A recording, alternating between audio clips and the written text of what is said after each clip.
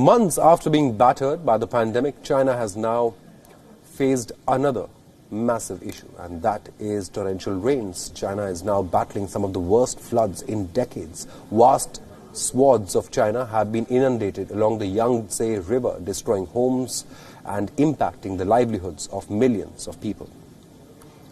Heavy rains since June have left at least 141 people dead and missing. The floods have forced nearly 15 million people to be evacuated from their homes. It has also caused billions of dollars in economic losses. Thousands of troops have been deployed across the country to help shore up defenses. Waters in more than 400 rivers have exceeded warning levels, while some have reached historic highs over the period. This comes after reports of the highest average rainfall levels across the Yangtze Basin since 1961. Even though major cities have more or less been spared, the city of Wuhan remains on high alert. Wuhan, which was the epicenter of the COVID-19 pandemic in China, sits on the banks of the Yangtze River. Meanwhile, authorities in central China have blasted a dam to release surging waters amid heavy flooding. According to Chinese state broadcasters, the dam on the Chu River, a tributary of the Yangtze River, was destroyed with explosives. But this sort of flood response is not new in China. Blasting dams was an exercise and an extreme response used during China's worst floods in 1998. While China typically experiences flooding every summer, floods this year in parts of the country have been described as the worst floods in 30 years. However, critics say that the summer flooding threat has worsened over the decades due to rampant overdevelopment and poor policies such as overbuilding of dams. The floods are now expected to disrupt global supply chains of essential medical supplies needed during this global health crisis.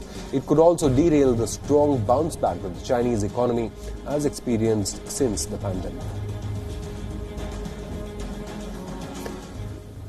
Joining us on this broadcast is WION correspondent Patrick Falk, who joins us from Beijing. Patrick, the situation is really bad across China, isn't it? Several regions have declared a red alert. More than 100 are dead or missing. Can you give us the latest updates, please?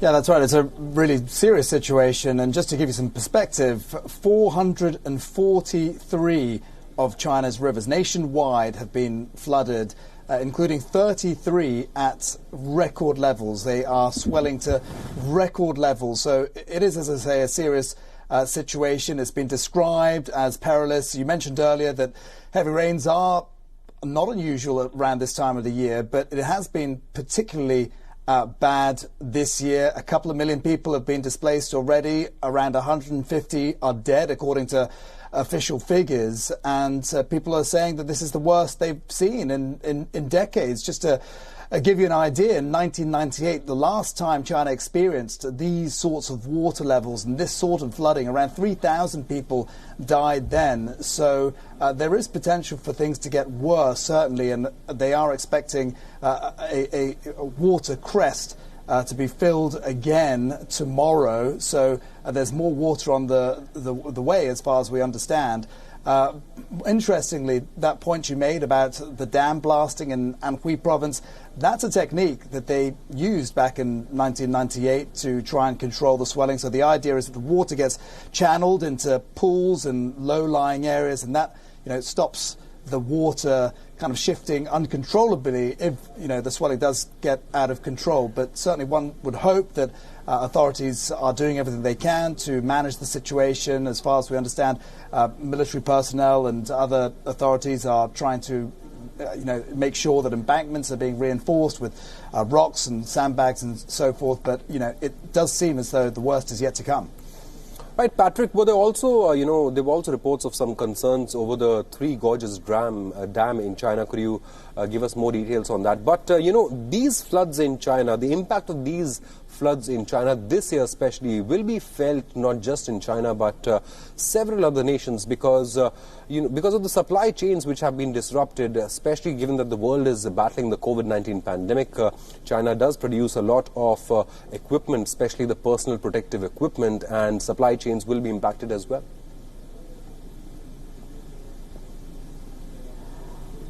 Well, on your first point, we are being told that the Three Gorges Dam is close to capacity. Its capacity is 175 metres, and supposedly we are getting pretty close to that stage. The amount of water that was rushing in on Saturday was something like 60,000 cubic metres per second. I can't really give you a perspective of what that means exactly, but, the situation is serious. On the second point you talk about, with medical supplies, of course, this is going to hamper not just production, but of course, transportation of things like PPE and so on and so forth. And of course, this is another serious situation that China is dealing with on top of the coronavirus pandemic. The country is coming out of the worst of that, and it's facing this other crisis on the way. Interestingly, some of the worst hit areas were also some of the badly affected periods over the past few months during the COVID-19 pandemic. So Hubei province in particular has been really quite badly hit. And this is going to impact China's recovery overall economically. There are lots of figures being bandied about. Xinhua news agency has suggested that the flood...